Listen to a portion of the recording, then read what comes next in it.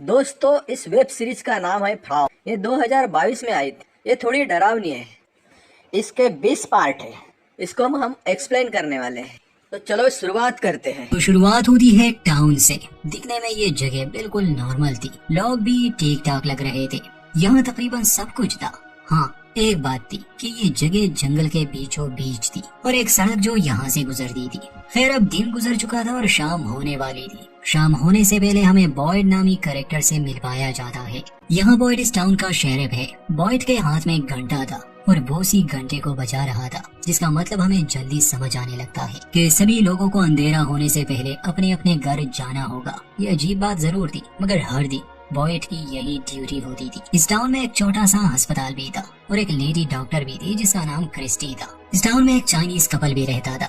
एक बड़ी उम्र की औरत एलिजाबेथ, उसके पति साइमन सेन और बेटा केनी। एलिजाबेथ जो थी वो डाइनर में काम करती थी, वो एक शेफ थी। उसका पति साइमन वो बीमार था, इसलिए वो अस्पताल में ही होता था। एक नर्स और क्रिस्टी उसका ख्याल रखते थे और केनी यानी उनका बेटा असल में इस टाउन का डेप्यूटी था। वो बॉयड के साथ ड्यूटी करता था। केनी अक्सर अपने पिता से मिलने आता था और केनी को क्रिस्टी भी पसंद थी। खैर, अभी तक दोनों इतने क्लोज नहीं आए थे, मगर ये कहानी जितनी सीधी सादी लग रही है नहीं। इसी टाउन में एक बार भी है। अब जैसे कि रात होने वाली है और सभी को अपने घरों में जाना होगा। फ्रैंक नामी एक आदमी जो इसी टाउन में रहता है, वो शराब पीने बार में आया था। फ्रैंक की पत्नी भी है और एक बेटी भी। फ्रैंक इतने नशे में था कि वो घर नहीं जा पाता और अंधेरा हो जाता है। फ्रैंक की पत्नी उसका इंतजार कर रही थी, मगर मजबूरन उसे दरवाजा बंद करना पड़ा।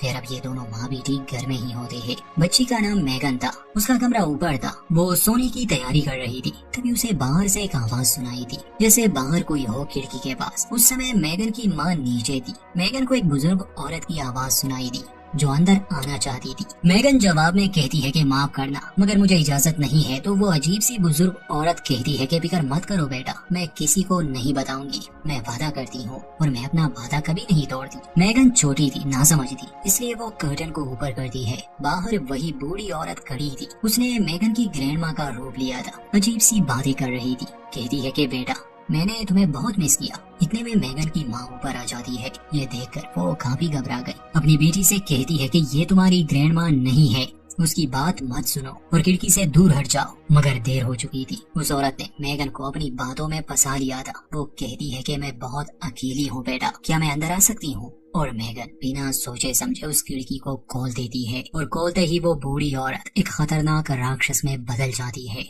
और सीन यहीं कट। तो अब आप समझ गए होंगे कि ये जगह कोई आम जगह नहीं और इन राक्षसों के अलावा भी यहाँ हैरान करने वाली बहुत सी चीजें हैं जो कहानी के साथ साथ हमें पता चलेगी। फिर यहाँ जो लोग हैं वो अलग अलग जगहों से हैं और असल में ये सभी यहाँ फंसे हैं, जिसमें से कुछ को यहाँ बहुत समय हो चुका है। अब कौन इन्हें यहाँ लाया, ये जगह क्या है, कहाँ है, ये तो अभी नहीं पता। मगर यहाँ इन लोगों ने कुछ नियम बनाए हैं, जिनमें से पहला नियम यही है कि अंधेरा होने से पहले ही अपने घर में जाना होगा। दरवाजे और खिड़कियाँ अच्छे से बंद करनी होगी, क्योंकि रात को ये दरिंदे बाहर निकलते हैं। मगर ये घरों में ऐसे नहीं घुस सकते।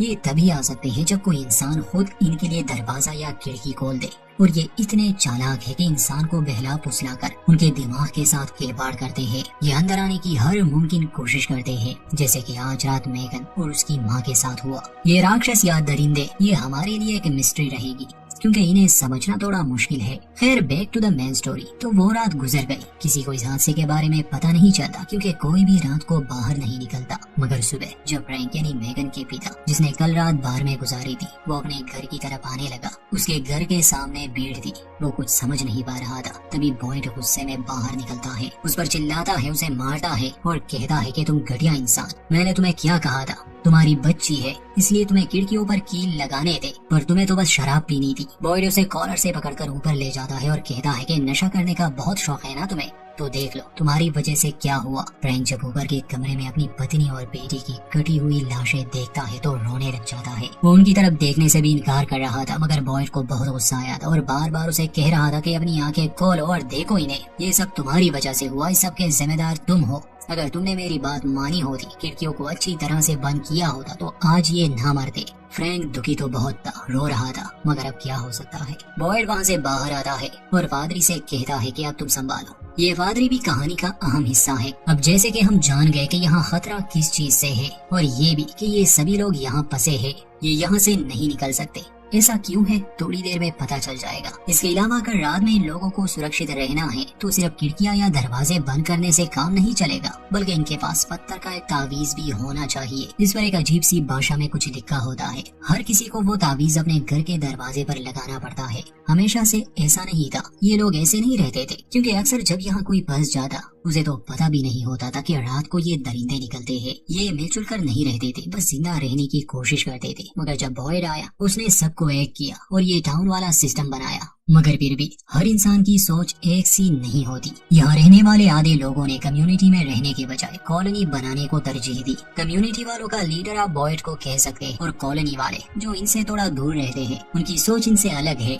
वो एक आजाद जिंदगी गुजारते हैं। उनकी इंचार्ज डोना नामी एक औरत है और वहाँ पर बॉयड का बेटा भी है। अब ऐसा क्या हुआ होगा जो ये लोग यहाँ दो ग्रुपों में बंट गए, ये तो आने वाली कहानी में पता चलेगा। ये हादसा होने के बाद बॉयड आता है कॉलोनी वालों के पास और डोना से इजाजत मांगता है कि मैं अपने बेटे से मिलना चाहता हूँ। अब ऐसा था कि अगर कोई कॉलोनी में रहता था तो वो कम्युनिटी वालों के पास नहीं जा सकता था, और अगर कोई कम्युनिटी में रहता था तो वो कॉलोनी वालों के साथ रहने नहीं आ सकता था। ये फैसला इन्हें शुरू में ही करना पड़ता है। रिकी यहाँ काफी समय से रह रहा है और उसकी एक गर्लफ्रेंड भी है। रिकी को पेंटिंग का बहुत शौक था, मगर बॉयड और रिकी के बीच का रिश्ता अच्छा नहीं था। अब कुछ तो हुआ था जिससे रिकी अपने पिता की शक्ल देखना नहीं चाहता था, और ऐसा क्या हुआ था वो भी बाद में पता चलेगा। खैर, बॉयड रिकी के पास आता है और उसे हादसे के बारे में बताता है कि फ्रैंक की पत्नी और बेटी की डेथ हो गई है। अच्छा यही होगा कि तुम फ्यूनरल पर आओ। रिकी कुछ नहीं कहता और बॉयड वहाँ से चला जाता है। अब हम कहानी के कुछ अहम लोगों से मिलने वाले हैं। एक परिवार, आदमी का नाम है जिम मैथ्यू, पत्नी का टेबेथा, बेटी जूली और बेटा ईथन। ये लोग वेकेशन पर निकले थे अपने आरवी में और काफी खुश भी लग रहे थे। चलते चलते ये हाईवे से उतर जाते हैं। ये सड़क जंगल के बीच से गुजरती थी। खैर, कुछ घंटे ड्राइव करने के बाद इन्हें रुकना पड़ता है क्योंकि सामने सड़क पर एक पेड़ गिरा हुआ था। ये लोग हैरान थे, नीचे उतरते हैं। जिम कहता है कि शायद कल रात तूफान आया होगा और हवा ने पेड़ को उखाड़ लिया। बारी भरकम पेड़ था, हटाना मुश्किल था और कोई शॉर्टकट भी नहीं था। ये लोग सोच रहे थे कि करे तो क्या, क्योंकि अब इनके पास एक ही रास्ता था, वापस जाने का रास्ता। ये बातें चल रही थी कि तभी ढेर सारे कब्बे वहाँ आते हैं और वो आवाजें निकालने लगे, जिससे वहाँ का माहौल काफी डरावना बन जाता है। टेबेथा को डर लग रहा था, उसे बच्चों की भी फिक्र थी। जिम से कहता है कि हमें जल्दी यहाँ से निकलना होगा। टेबेथा की बात मानकर जिम गाड़ी में बैठता है और वापसी का रास्ता अपनाता है। मगर ये कोई आम हादसा नहीं था। कई घंटे गुजर जाते हैं मगर ये लोग हाईवे नहीं पहुँच पाते। टेबेथा जिम से कहती है कि तुम रास्ता भटक गए हो। जिम कहता है कि ऐसा मुमकिन ही नहीं, क्योंकि इसके अलावा कोई और सड़क है ही नहीं और मैं बस इसी पर ड्राइव कर रहा हूँ। ये लोग और इंतजार करते हैं मगर हाईवे नहीं आता, बल्कि ये लोग पहुँच जाते हैं उसी टाउन में। इन्हें आता देखकर टाउन के लोगों को हैरानी होती है, और हो भी क्यों ना, एक बार जब इस टाउन में आ गए तो यहाँ से निकलना नामुमकिन है। जिम के परिवार को अभी इस बात का अंदाजा नहीं है, मगर टाउन के लोगों को था। ये देखते हैं कि वहाँ फ्यूनरल चल रहा है फ्रैंक की पत्नी और बेटी का। जिम बाकी सबको गाड़ी में रहने का कहता है और खुद नीचे उतरता है ताकि किसी से रास्ते के बारे में पूछ सके। बॉयड अपने लोगों को कहता है कि जैसे हमने नियम बनाए हैं तुम में से कोई भी उनसे बात नहीं करेगा। फ्यूनरल खत्म होने के बाद जिम टाउन के लोगों से बात करने की कोशिश करता है, मगर हर कोई उसे नजरअंदाज कर रहा था। जिम और उसके परिवार को ये बात बड़ी अजीब लगती है, मगर तभी बॉयड आता है और पूछता है कि क्या मैं आपकी कोई मदद कर सकता हूँ। जिम उसे कहता है कि हाँ, बस हमें हाईवे का रास्ता दिखा दे। बॉयड पूछता है कि तुम्हारा परिवार भी साथ है। जिम हाँ में जवाब देता है। बॉयड उसे कहता है कि बस सीधा चलते रहो और तुम खुद देख लोगे।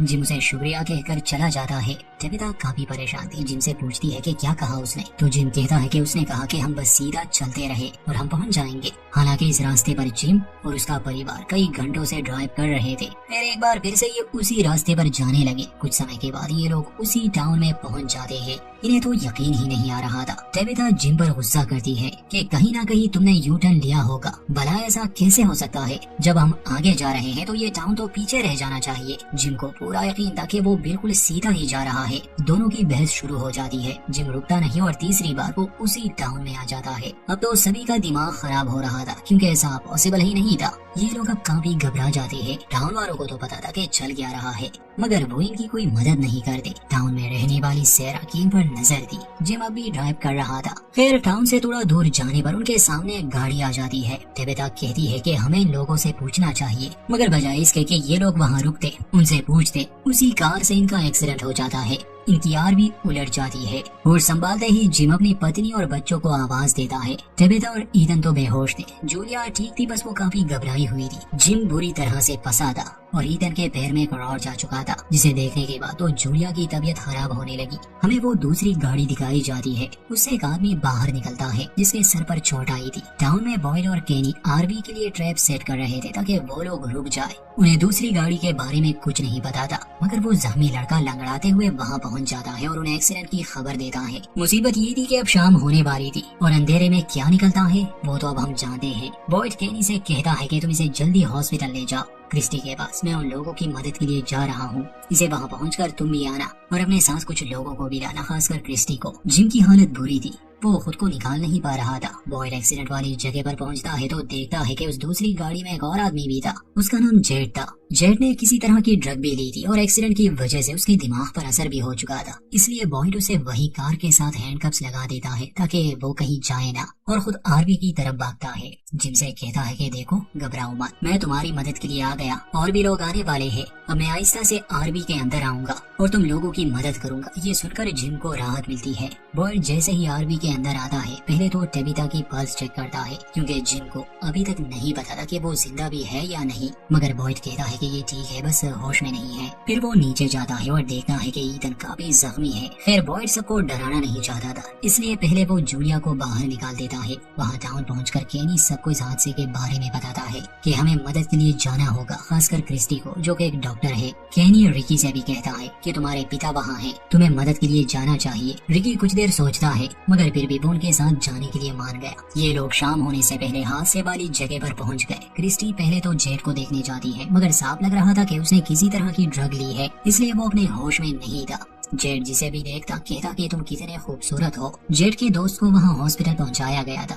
सेरा नामी वो लड़की, वो कुछ तो जानती थी, इसलिए वो वहीं पर थी और उस लड़के का ख्याल रख रही थी। इसके बाद जेड, केनी और बॉयड टेबेथा को भी आरवी से निकाल देते हैं और उसे जूलिया के पास ले आते हैं। टेबेथा को अभी तक नहीं बताया गया था कि उसका बेटा बुरी तरह से जख्मी है, मगर अब अंधेरा होने में बस 40 मिनट ही बाकी थे। केनी बॉयड से पूछता है कि अब हम क्या करें। असल में वो जख्मी ईथन को ऐसे नहीं ले जा सकते थे। बॉयड जिम को निकालता है और उसे कहता है कि हमें तुम्हारे बेटे का इलाज यहीं पर करना होगा, तुम अपनी पत्नी और बेटी को टाउन भेज दो। जिम उसकी बात मानकर उन्हें मना लेता है। बॉयड बाकी सबको भेज देता है, सिर्फ क्रिस्टी, जिम और बॉयड वहाँ रह जाते हैं। जिम को कोई अंदाजा नहीं था असल में ये जगह कैसी है, और अगर बॉयड उसे बताता भी तो वो उसे पागल ही समझता। वहाँ टाउन में सेरा उस जख्मी लड़के के करीब आकर कहती है कि इसमें तुम्हारी कोई गलती नहीं, और इसी के साथ वो उसे मार देती है। हालांकि उसे मारते समय वो बहुत रो रही थी, मगर वो रुकती नहीं, और तो और वो एक खिड़की को भी खुला छोड़ देती है। केनी, रिकी और फादर बाकी लोगों को, जिसमें अब जेड भी शामिल था, अंधेरा होने से पहले टाउन की तरफ ला रहे थे। बॉयड, क्रिस्टी और जिम आरवी में चले जाते हैं। क्रिस्टी ईथन का इलाज शुरू करती है। अचानक से उसे दौरा पड़ता है, मगर क्रिस्टी उसे संभालती है। टाउन की तरफ जाने वाले लोग अंधेरा होने से पहले पहुंच सकते थे, मगर वो ट्रैप जो बॉयड और केनी लगा रहे थे उसे हटाना वो भूल गए, जिस वजह से उनकी गाड़ी का टायर पंक्चर हो जाता है। अब वो सही सलामत वहाँ पहुँचते हैं या नहीं, ये आगे कहानी में पता चलेगा। अब अंधेरा हो चुका था। बॉयड आरवी के विंडोज कवर कर रहा था। ये बात जिम को अजीब लगती है, क्योंकि बॉयड दरवाजे पर वो ताबीज भी लगा देता है। ईथन को दौरा भी पड़ा, मगर क्रिस्टी उसे संभाल लेती है। जब बॉयड बाहर जानता है तो देखता है कि वो दरिंदे इंसानी रूप में इस ओर बढ़ रहे हैं, और इसी के साथ इस एपिसोड का होता है अंत। चैनल के साथ जुड़े रहिए, अपडेट्स जल्दी मिलेंगे आपको।